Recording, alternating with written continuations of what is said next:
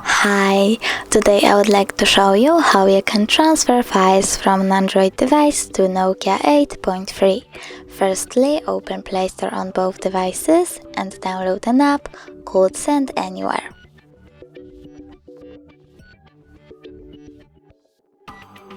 Now open it. Click I accept and just confirm. Then continue and tap allow. Now you want to go with receive or Nokia and send on the Android. Normally you want to tap on all of those dots and just send to send all of your files. But it will take a lot of time, so I will only go with this song.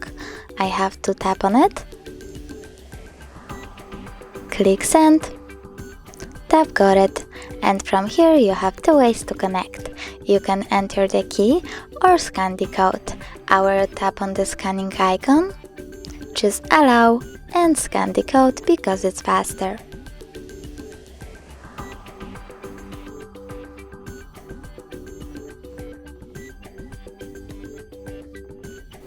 As you can see, my file was successfully transferred.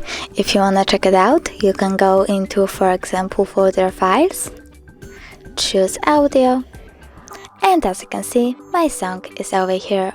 Thanks so much for watching. If you enjoyed this video, don't forget to leave a like, comment and subscribe. Bye!